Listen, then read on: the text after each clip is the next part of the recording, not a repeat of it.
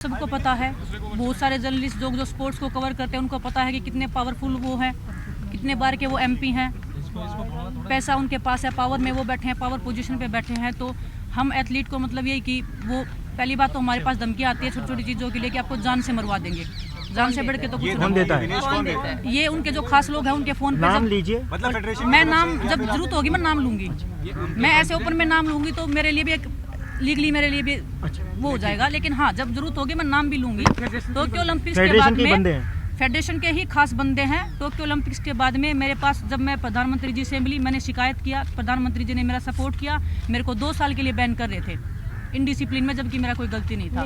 अगर मेरा गलती था, मैंने सिंगलेट पहना था, वो भी क्या उस सिंगलेट पे विनेश नहीं लिखा था? क्या उस सिंगलेट पे तिरंगा नहीं था? क्या उस सिंगलेट पे इंडिया नहीं लिखा था? इतना जो हमारा किट होता है वो इतना जीरो क्वालिटी का होता है कि हम उसको पहन के कंफर्टेबली फील नहीं करते, तो मैट पे क्या ही रेसलिंग करेंगे।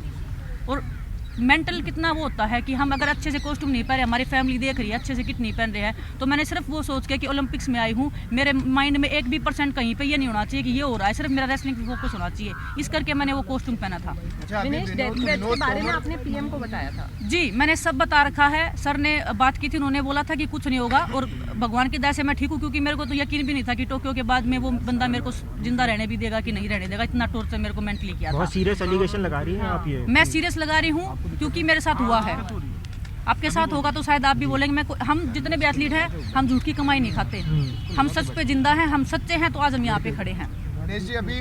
मेरा जो कोच था उसके बारे में इतनी गलत बातें बोलेगी कि वो हमारी कंट्री का पैसा खा के भाग गया। आज कोई भी बाहर से कोच यहाँ आने को रेडी नहीं है, सिर्फ क्योंकि इन्होंने इतनी इमेज पोर्ट्रे कर दी। हम किसी को सामने से अप्रोच करने लायक नहीं छोड़े कि प्लीज़ आप हमारी कंट्री में आइए, हमें कुछ सिखाइए रेसलिंग के लिए। हमको इंडिया में कोचिंग का इतना अच्छा नहीं है, और बाहर से हम लेके नहीं आ सकते, तो हम एथलीट जाएं तो कहाँ जाएं? और बाहर के कोचेस की बता अभी तोमर यहाँ फेडरेशन से मौजूद थे, उनसे हमने जब बातचीत करी तो उनका कहना है कि खिलाड़ियों ने या रेसलर्स ने कभी हमें कोई कंप्लेंट करी नहीं, हमें बताते ही नहीं। अब भाई वो अपना पक्ष रखेंगे, वो सुनते ही नहीं, तो उनको क्या पता लगेगा कि हमने रिक्वेस्ट करी है या नहीं करी है। और मेल भी होंगे हमारे पास, उनके पास किए हुए। छोटा सा एग्जांपल है, मैं ओलंपिक के बाद से लगातार मैंने नेशनल खेला है, और ऐसा नहीं है कि मैं टूर्नामेंट से भागी हूँ, कोई भी नहीं भागता, इवन विनेश भी नहीं भागती। एक नेशनल के लिए रिक्वेस्ट की थी कि कैंप में नाम डाल दो, क्योंकि कई बार साल थोड़ा एक्टिव हो गया, थोड़ा इंजरी है, तो एक रिक्वेस्ट थी। आप बोल रहे नहीं सुनते, कैंप में नाम नहीं है अभी तक। सोनम का नहीं है, अंशु का नहीं है, ये फ्यूचर है, मेरा नहीं है, मैं भी खेलना चाहती हूँ अभी, और मेरा नाम नहीं डाल रहे हैं। इतनी रिक्वेस्ट के बाद में, इतना झगड़ा करने के बाद में मीटिंग हुआ है, इतना झगड़ा हुआ है, उसके बाद मेरा और बजरंग का नाम लिस्ट में आया है। रैंकिंग के लिए हमने नाम बोला कि रैंकिंग में प्लीज़ हमारा नाम डाल दीजिए, क्योंकि हमारा ये सीजन शुरू हुआ है, तो बोल रहे हैं कि आप हमें फिटनेस टेस्ट दो। क्या 10 सालों तक हमने इनफ फिटनेस टेस्ट नहीं दिया है मैट के ऊपर? क्या पीवी सिंधु जब इंजरी के बाद आई है उसने फिटनेस टेस्ट दिया आने से पहले? क्या नीरज चोपड़ा को इंजरी हुई थी, उन्होंने फिटनेस टेस्ट दिया था? हर एक एथलीट इंजरी के बाद आता है तो इतना फिट नहीं रहता, सबको पता, लेकिन हम वही देखने के लिए तो खेलते हैं ना कि हम कितना फिट हैं, कितना अनफिट हैं। तो अब आप लोगों की डिमांड्स क्या है? आप चाहते हैं कि प्रेसिडेंट को रिमूव किया जाए या क्या किया जाए? अगर स्पोर्ट्स मिनिस्ट्री देखिए, रिक्वेस्ट कर करके हम थक चुके हैं, कितनी बार रिक्वेस्ट करें, क्योंकि कई साल से चल रहा है ये चीज़ें। अब हम खिलाड़ियों को कोचेज बोल रहे हैं, फिजियो बोल रहे हैं। विनेश ने बताया टोक्यो ओलंपिक में आप सभी को पता था मेरे नी में इंजरी थी, ओलंपिक तक मेरे पूरा फोकस रहा। सभी अपना क्रेडिट के लिए फेडरेशन ने बहुत मदद करी, क्योंकि हमें बोला जाता कि फेडरेशन का नाम लीजिए आप, कि आप मदद करी है, ट्वीट करवाते हैं, तो उन्होंने मेरे से ट्वीट करवाया। टोक्यो ओलंपिक के आने के बाद किसी ने पूछा, 6 महीने तक मैंने खुद ट्रेनिंग करी, खुद रिहैब किया, लेकिन किसी ने नहीं पूछा कि आप कैसे करें। अभी डिमांड क्या है? और वही बता रहा हूँ, अभी कोचेज के लिए बोल रहे हैं, फिजियो के लिए बोल रहे हैं। उन्होंने क्या बोला कि भाई इंडिया में कोई फॉरेन कोच नहीं आएगा। चलो अच्छी बात है, हमारे कोचेज कमज़ोर नहीं है, नहीं आएगा, पर अपनी खुद ही पर्सनल एकेडमी में वो फॉरेन कोच लेके आ रहे हैं, जब हमारे इंडिया में कोच नहीं है। जो पर्सनल चीज़ें होती हैं उनमें तो वो बेस्ट से बेस्ट करेंगे, और जो खिलाड़ी हैं जिनको चाहिए होता है उनको वो बोला हमारे इंडिया में बेहतर कोच है। तो डिमांड बताइए बजरंग भाई, डिमांड क्या यही है कि आप धरने पे बैठे हैं आज आप सब लोग? देखिए, ये हमारे साथ हो रहा है, जो कई साल से रिजल्ट दे रहे हैं। हम 2013 से मैं सीनियर कैंप में हूँ, 2012 में आया था, मैं तब से रिजल्ट दे रहा हूँ, और विनय सर भी तब से हैं। तो आज तक हमने कोई ऐसा टूर्नामेंट नहीं किया हमने देश के लिए मेडल ना जीता हो। हमारी डिमांड जो है, हम वो उनको ये नहीं बोल रहे कि हमारा घर बना के दीजिए आप, या हमारे को अच्छी अच्छी गाड़ियाँ दीजिए। जो रेसलिंग के रिलेटेड होती है वही चीज़ें हम उनसे मांगते हैं, वो हमारी पूरी नहीं हो पाती। जैसे कि अच्छे कोच जो नेशनल कैंप में जो कोच होते हैं, मैंने इतना रिक्वेस्ट किया अभी चीफ कोच के लिए, जो कोचेज होते हैं वो खुद लड़कियों का शोषण करते हैं, महिला कोचों के साथ में बुरा बर्ताव करते हैं कैंप में। बात आप कह रही हैं विनेश जी शोषण वाली, ये आपकी जानकारी में कुछ ऐसा आया है? मैं नेशनल कैंप है, जी जूनियर्स जी का है, जी कोई सीनियर खिलाड़ी है? नेशनल कैंप्स में जो कोचेज होते हैं सभी कोच नहीं हैं उसमें, लेकिन कुछ कोचेज हैं जो फेडरेशन के खास हैं, जो खुद शोषण करते हैं, महिला कोचों के साथ में गलत व्यवहार करते हैं। उसकी मैंने आवाज उठाई है इस बार, और उसके बावजूद भी वही चीफ कोच नेशनल कैंप में लगाए गए हैं। हाँ जी, मतलब आप सेक्सुअल हरासमेंट। जी जी जी जी जी। एक आपने कोचेस की बात बोली, दूसरा और जी डिमांड, और वही कोचेज जो कैंप में लड़कियां होती हैं उनके साथ में बातचीत करवाते हैं लड़कियों की, शोषण करवाने के लिए ही। और अध्यक्ष जी ने खुद पता नहीं कितनी लड़कियों का शोषण किया आज तक। आप खुद कह रहे हो कि उन्होंने सेक्सुअल हरासमेंट किया है। बहुत सारे जो स्पोर्ट्स जर्नलिस्ट हैं उनको पता है, उनके पास कोई प्रूफ नहीं है, कोई बोल नहीं पाता है। बहुत सारे जर्नलिस्ट लोगों ने मैं बोला है जी सेक्सुअल हरासमेंट। जी, जो कोचेज होते हैं जो हमारे वुमेन्स कैंप में, उनमें से कुछ कोचेज, सभी नहीं है, महिलाओं के साथ भी और लड़कियों के साथ भी, और वही लड़कियों से बात करवाते हैं और फिर अध्यक्ष जी उनके साथ में शोषण करते हैं। और पता नहीं हजारों तो नहीं बोलूँ मैं, 100 लड़कियां, और मैं यहाँ पे जो लोग लड़कियां बैठी हैं उसमें से 1-2 लड़की के साथ भी ये घटना हुई है जी। यहाँ पे जो बैठी है जी जी, तो ये आपने पहले क्यों नहीं आवाज उठाई इस बारे में? कितने पावरफुल लोग हैं जी, कितने पावरफुल लोग हैं। बताया कि आज मैंने बोला है मेरे को नहीं पता कल मेरी लाइफ रहेगी नहीं रहेगी। विनेश, ये माफ कीजिएगा सवाल पूछ रहे हैं, बट क्या जो आप बोल रहे कि यहाँ पे कुछ लड़कियां बैठी, इनके साथ हुआ, उनमें से जी कौन? जी नहीं, हम टाइम आने पे बोलेंगे ना, जो चीज नहीं, नाम नहीं लेंगे किसी का भी, हमारी भी इज्जत है। हम लड़कियां हैं, हम हिंदुस्तान में सीरियस एलिगेशन सर हम ऐसे नहीं लगाते, लड़कियां हमारी इज्जत है। हम देश के लिए, हम देश हमारे को ऊंची नजरों से देखता है, हम अपने उनकी नजरों में गिरवाने के नहीं कोर्ट से आएंगे या किसी भी थ्रू आएंगे तो वो सब चीजें हम बताएंगे। और इतनी कम से कम मैं 10 से 20 लड़कियों के नाम बता सकती हूँ नेशनल कैंप में, जो मैंने आज तक 10 सालों में जो देखा, जिन्होंने अपनी स्टोरी मेरे को बताई है बैठ के सामने कि हमारे साथ ऐसे ऐसे हुआ है, ऐसे ऐसे हुआ है। लेकिन उस लड़कियों में इतनी हिम्मत नहीं है सामने आने की, क्योंकि फैमिली बैकग्राउंड अच्छा नहीं है, क्योंकि वो इनसे लड़ नहीं सकती, क्योंकि पावरफुल नहीं है। और हम आज इतनी इस हद पे हैं कि हम नहीं चाहते कि मेरे को आज कुश्ती खत्म कर दो भगवान की दया से, मेरे पास घर है, खाने को रोटी है, लेकिन मैं नहीं चाहती कि हमारी आने वाली जनरेशन इस दर्द से गुजरे या इस दौर से गुजरे, इस दलदल में फंसे। रेसलिंग को बचाने हम यहाँ पे आए हैं। सिर्फ हमारी मोटिवेशन है कि हमें लड़कियाँ, मैं लड़की हूँ, हमें क्या, हम तो 1-2 साल और कर लेंगे, ठीक, हम काफी सीनियर हैं, लेकिन हमारे आगे आने वाला भविष्य, हम अपनी कुश्ती को बचाने के लिए लड़ रहे हैं। हाँ, हम अपनी कुश्ती को बचाने के लिए लड़ रहे हैं कि मेडल्स आए हैं और आप आगे लोगों ने हमें बहुत मेडल्स प्यार दिया, देशवासियों ने खूब प्यार किया है और हमने हर जगह मेडल जीता है। भगवान करे हम 2024 है उसमें भी हम देश के लिए मेडल जीते, पर जो टॉर्चर चल रहा है खिलाड़ियों के ऊपर, उस हिसाब से मुझे नहीं लगता कि कुश्ती में कुछ भी होने वाला, आगे बढ़ने वाला। विनेश, आपने अभी बोला कि हम पहले इसलिए नहीं बोल पाए क्योंकि उनके पास रुतबा भी है, पावर भी है, पैसा भी है। सडनली अब जो आपकी हिम्मत है, ये हिम्मत कैसे आप लोगों ने जुटाई, अभी बात कर रहे हैं। सर, जब पानी सिर से ऊपर निकल जाता है, अभी हमारे पास जिंदा रहने को कुश्ती है और कुश्ती हमें वो करने नहीं दे रहे हैं। मरने, हमारे पास एक ऑप्शन है, मरना है तो मरना है, तो कम से कम भला करके तो मरे। इधर रिसेंटली कुछ हुआ है क्या? इधर कुछ हुआ है क्या जिसकी वजह से किधर मतलब हाल फिलहाल तो कोई सेक्सुअल हरासमेंट का डेली होता है केस सर, किसी तरीके का? डेली होता है सर। बहुत जब से अध्यक्ष जी को हम जानते हैं तब से हम यही कहानियां सुन रहे हैं। और मैं बता रही हूँ ना, यहाँ बैठी लड़कियों के साथ भी अगर हुआ है तो उनमें से कोई 1-2 तो है ही। हमारा कैंप लखनऊ में होता है, हमने बहुत बार रिक्वेस्ट किया कि सर हमारा लखनऊ में कैंप क्यों लगाया जाता है? हमने प्रधानमंत्री जी से लेके, हमने खेल मंत्री जी से लेके, हमने सबको रिक्वेस्ट करके हमने लेटर भी घर है वहाँ, शोषण इजीली हो पाए और उनका वहाँ रीच इजीली। मोस्टली रेसलर है या यूपी से है या इधर से है, हरियाणा से है सब, और पेरेंट्स अलाउड नहीं है। हमारी निजी जिंदगी में दखलंदाजी करते हैं कि मैंने किससे शादी कर ली, कौन मेरा बॉयफ्रेंड है, कौन मेरी गर्लफ्रेंड है, बजरंग ने किससे शादी कर ली, अभी शादी क्यों कर रहे हो। मतलब हमारी निजी जिंदगी में भी उनका दखलंदाज इतना है कि हमारी फैमिली तक की उनको खबर रहनी चाहिए कि हमारी फैमिली में भी कौन जी रहा है, कौन मर रहा है। अब कब तक आप लोग प्रोटेस्ट पे हैं? आगे जब तक उनको नहीं हटाया जाएगा बिल्कुल, और हम ये कुश्ती का भविष्य है, ये सुरक्षित हाथों में नहीं जाएगा, तब तक हम यहीं हैं, चाहे हमें मरना पड़ जाए, जीना पड़ जाए, बैठे रहेंगे जंतर मंतर पे।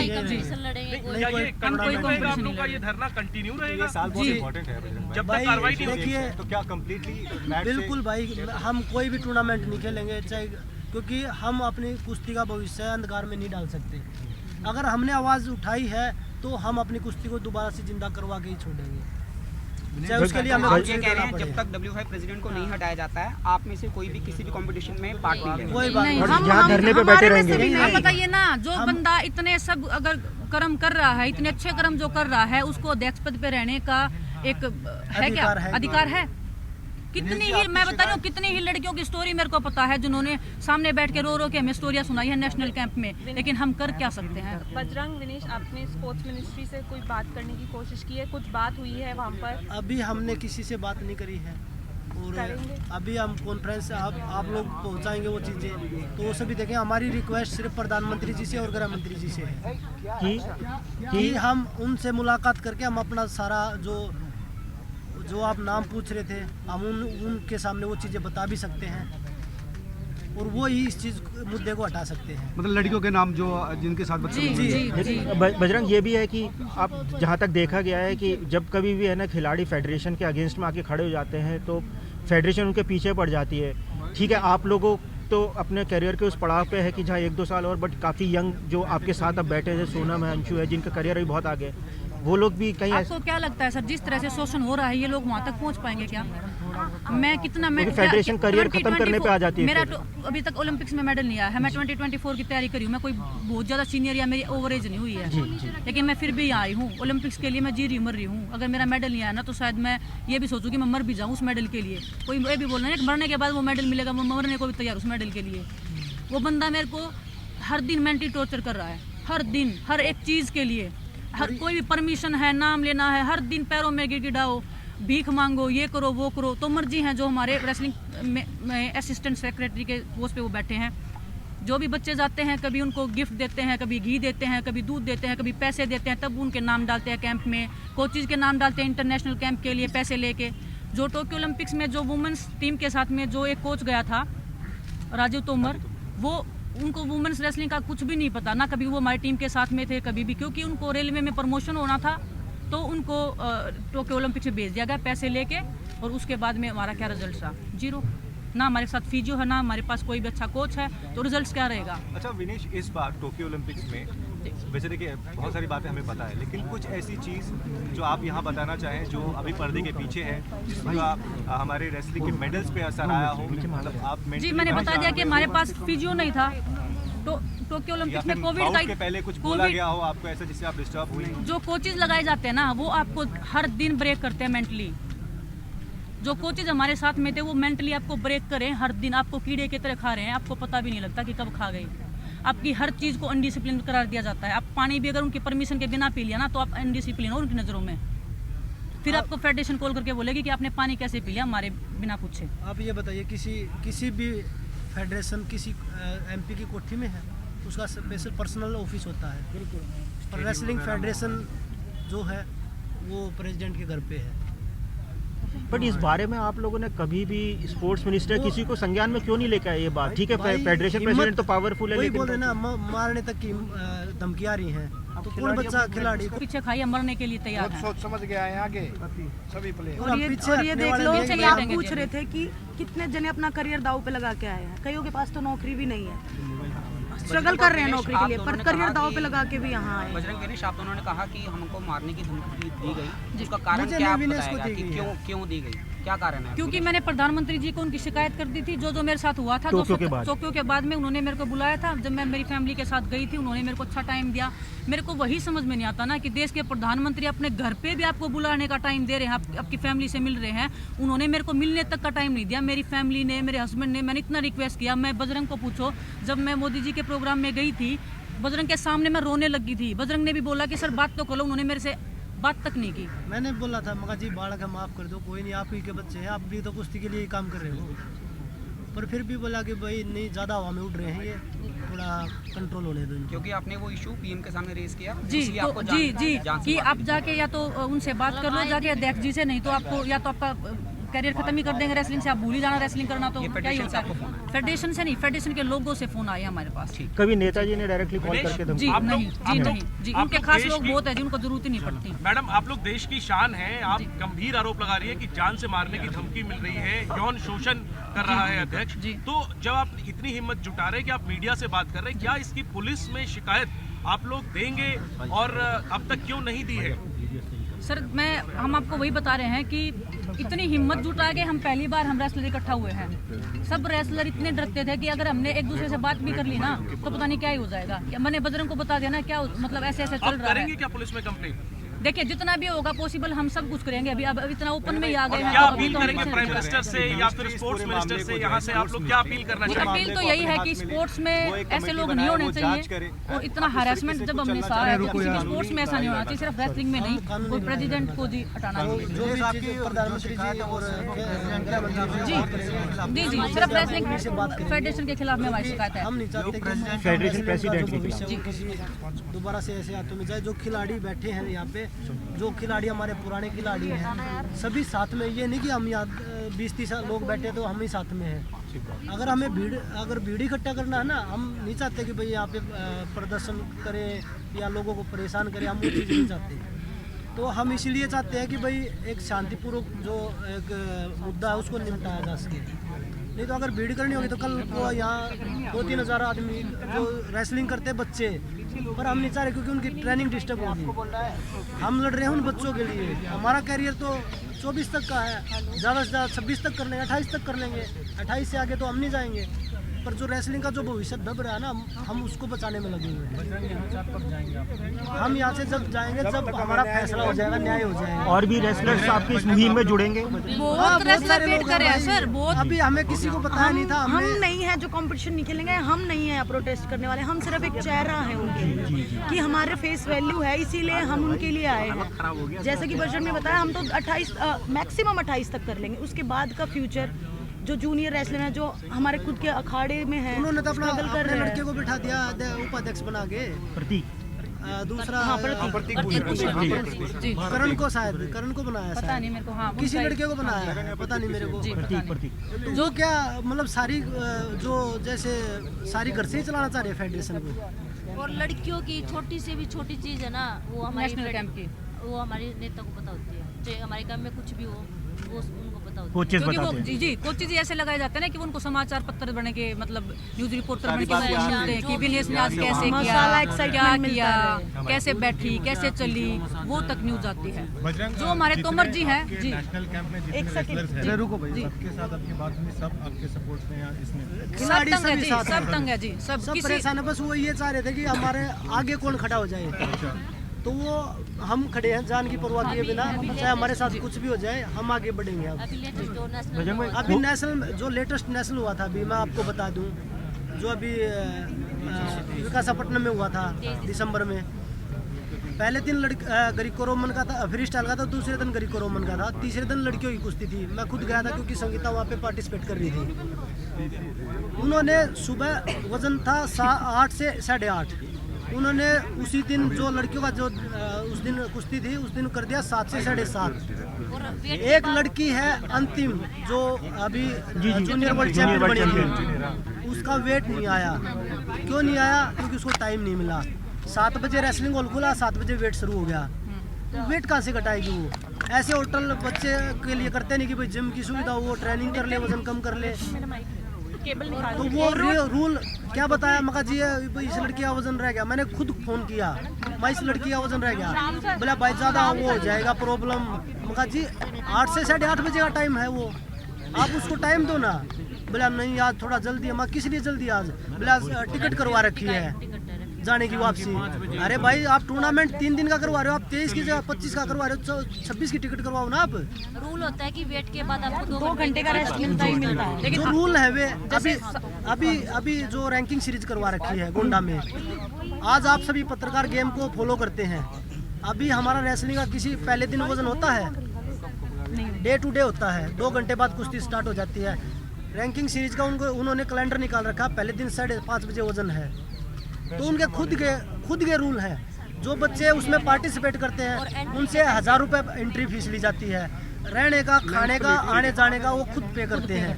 मिलता भी कुछ नहीं। क्या मिलता है बच्चों को? जो स्पॉन्सर बैठे हैं वो इनको दे रहे हैं कि भाई आप बच्चों तक पहुंचाओ। बच्चों तक जो बच्चों के पास है वो वापस ले रहे हैं बच्चों को देने की और वजह। सब 1000 रुपए नहीं दे सकते, और अगर 1000 रुपए नहीं दिए तो बैन और फिर माफी भी नहीं मिलेगी। हम भाई समाधान चाहते हैं कि फेडरेशन का बदलाव हो।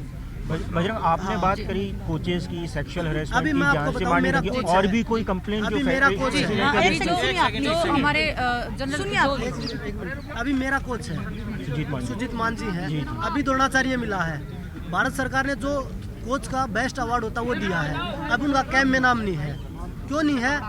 क्योंकि बोला कि उनको अनडिसिप्लिन कर दिया। किस लिए कर दिया? कि वो नेशनल में मैट पे चढ़ रहे थे। मैट पे आप उसकी ऑफिस सिटी कार्ड के देखिए, जो रेफरशिप है उनकी पूरे नेशनल की, एक भी डिसीजन अगर रेफरी ने अच्छा दे रखा हो तो रेफरी ऐसे बना दिए कि बच्चे जो पुराने रेफरी थे वो तो आते ही नहीं। अब बोले हम उनकी मरोड़ निकाल देंगे, क्योंकि रेफरियों को पैसे खुद पे करके जाना पड़ता है, तो रेफरी कहाँ से जाएंगे? पॉइंट देने से पहले नेता की तरफ देखते हैं। कि point देना है कि नहीं देना। आप कुछ बोल रही थी विनेश, जी। और कंप्लेंट जो तोमर जी हैं, आप सबको पता ही है विनोद तोमर जी, वो एक गवर्नमेंट पोस्ट पे है, कलर की पोस्ट पे है। उनके पास कम से कम 15 से 20 करोड़ की प्रॉपर्टी है दिल्ली में। कहाँ से आई वो प्रॉपर्टी? हमारे पास भी नहीं है। सरकार हमको मेडल के बाद इतना पैसा देती है, बजरंग का ओलंपिक मेडल आ गया, इसके पास भी इतनी प्रॉपर्टी नहीं होगी जितनी 15-20 करोड़ की प्रॉपर्टी वो लेके बैठे। कहाँ से आए वो? जांच होनी चाहिए उनकी। पूरा सब खिलाड़ियों का पैसा अपने घर में ही लेके बैठे हैं, खा गए सब कुछ, और अभी खिलाड़ी खिलाड़ियों को बोलते हैं तो indiscipline बोल रहे हैं। मैं वही बता रहा हूँ, टाटा मोटर्स 15 करोड़ कितने करोड़ 7 करोड़ कितने दे रहा साल के, सिर्फ जैसे 2-3 भी दे रहा खिलाड़ियों को मिला था स्टार्टिंग में, वो भी 2-3 जूनियर जो को तो मिला ही नहीं, हमारे इनका से, भी नाम हाँ है। वही तो बोल रहा हूँ ना, जो ए ग्रेड में थे ना उनको 2-3 किस्त मिली थी, उसके बाद किसी को नहीं मिला। जो बोल रहे थे ना कि हम ग्रेड डी हर साल बनाएंगे, देंगे। ग्रेड एफ बनाएंगे, हर कुछ साल भी नहीं बच्चों है, को पैसे कुछ भी देंगे, नहीं है। कुछ नहीं मिल रहा बच्चों को। वो 2 किस्त वो बड़े खिलाड़ियों को इसलिए दे दी कि कहीं बोल ना दे। तो विनोद तोमर जो है रेसलर्स का हक मार रहे हैं, जो पैसा होता है हमें- वो अपने घर ले जाके अपने घर बना रहे हैं। वो जांच आप करिए, आप जांच करिए, आप सही लोग बात है, के कौन माध्यम खा से रहा वो जांच होगी कि तोमर जी खा रहे हैं या कोई और खा रहा है। कौन ऐसा मगरमच्छ बैठा है जो खिलाड़ियों के हक को सारे वो खा रहा है? गवर्नमेंट हमें सपोर्ट कर रही है और ये अपने घर भर रहे हैं, खिलाड़ियों तक आ ही नहीं रही है। दिनेश, एक सवाल जी। कि बार बार लखनऊ कैंप से आता है जी। कि इनडिसिप्लिन के लिए महिलाओं को बाहर निकाल देते हैं। क्या होता है इनडिसिप्लिन? क्या बार बार वो जो कोचेज उनके जो फेवरेट कोचेज होते हैं, वो उनको ना तो ट्रेनिंग करवाना आता है। जो हमारे चीफ कोच भी बना रखे हैं, उनका क्वालिफिकेशन देखिए, उन्होंने कभी जिंदगी में रेसलिंग भी की हो तो। रेफरी और वो मेरे बोलते हैं, वो क्या पूरे साल सेम हमने बताया वो ट्रेनिंग करवाते रहते हैं। अभी कंपटीशन है, मुझे दूसरा ट्रेनिंग करना है। मैंने ही बोल दिया कि सर ये ट्रेनिंग से तो काम नहीं चलेगा, मेरे को कुछ दूसरा ट्रेनिंग करना है, क्योंकि मेरी बॉडी उस चीज़ को रिक्वायर करी है, तो मैं इनडिसिप्लिन हूँ। किसी एथलीट को इंजरी हो रखा है, उसने बोल दिया कि सर मैं आज मैट पे ट्रेनिंग नहीं करूंगी क्योंकि मेरे को इंजरी है, मेरे को बड़ी इंजरी करवा के ऑपरेशन नहीं करवाना, तो वो इनडिसिप्लिन है। विनेश और जो बजरंग, एक लड़की है, अभी कॉमनवेल्थ गेम्स में गई थी, उसका जाने से पहले 1 महीने पहले तक इतना उसको मेंटली टॉर्चर किया चीफ कोच ने कि आपका वेट देखूंगा मैं जाने से पहले।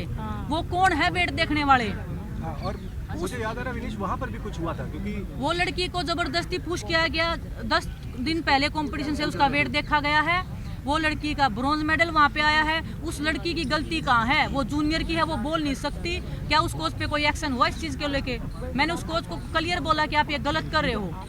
शायद मेरे बारे में भी कुछ फेडरेशन में गलत चीज़ें गई, मैं इनडिसिप्लिन। जो चीफ कोच है जितेंद्र जी अभी जो है नेशनल में, मैंने इतना ऑब्जेक्शन उठाया इस बात पे, उसके बाद भी वही चीफ कोच बनाए गए हैं। अच्छा विनेश ये बोल रही है, चलो देखते हैं इसकी भी मरोड़ कोई निकालेंगे। सुनता ही नहीं, जो मर्जी फेडरेशन होती है वही चलती है। खिलाड़ियों को भी वो मानना पड़ेगा, नहीं तो आप indiscipline है। एक तरफा तानाशाह राज। और रही बात कैंप की ना, लखनऊ कैंप सबने बोल दिया कि बहुत दूर है, सबके पास इतना सोनीपत पैसा नहीं लाया होता।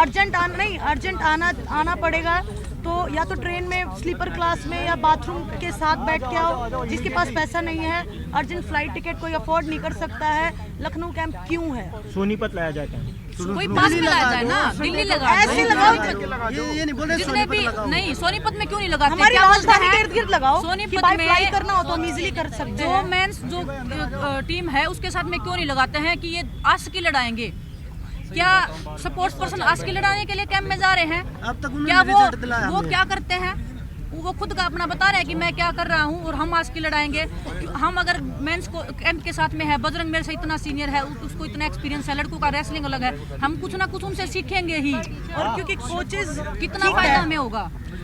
लेकिन जैसा कि बताया गया है कि नहीं है, क्वालिफाइड कोचेज नहीं है, ये इतना जानता है कुछ सीखने को मिलेगा। जरूरी नहीं है कि ये भालगढ़ी लगाओ, कहने का मतलब है राजधानी के नजदीक लगाओ कि आने जाने में डिफिकल्टी ना हो, क्योंकि सब बच्चे लड़कियां अफोर्ड नहीं कर सकती। मीडिया के सामने झूठ थोड़ी ना बोलेंगे। ठीक है।